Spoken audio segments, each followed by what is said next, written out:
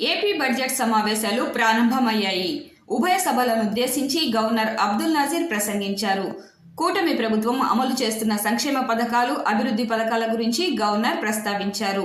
Governor ప్రసంగంపై APCC chief YS Sharmila విమర్శలు చేశారు.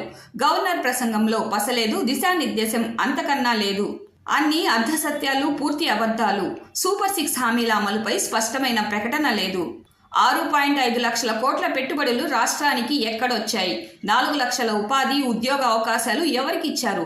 తొలి సంతకం పెట్టిన డిఎస్సికి అసలు నోటిఫికేషన్ అయినా ఇచ్చారా?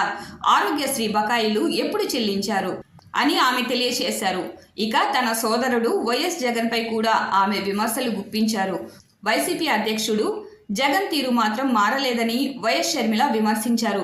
11 మంది ఎమ్మెల్యేలతో కలిసి 11 నిమిషాలు ఉండటానికా అసెంబ్లీకి వచ్చింది అని ప్రశ్నించారు. ప్రజా సమస్యల కన్నా ప్రతిపక్ష హోదానే ముఖ్యమా? సభ్యత్వాలు రద్దవుతాయనే భయంతో అటెండెన్స్ కోసం వచ్చారా అని చురకలంటించారు.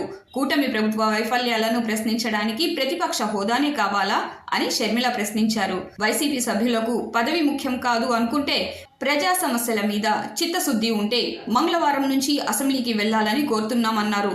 సభకు వెళ్లే దమ్ము లేకపోతే తక్షణం పదవులకు రాజీనామా చేయాలని వైఎస్ షర్మిల డిమాండ్ చేశారు.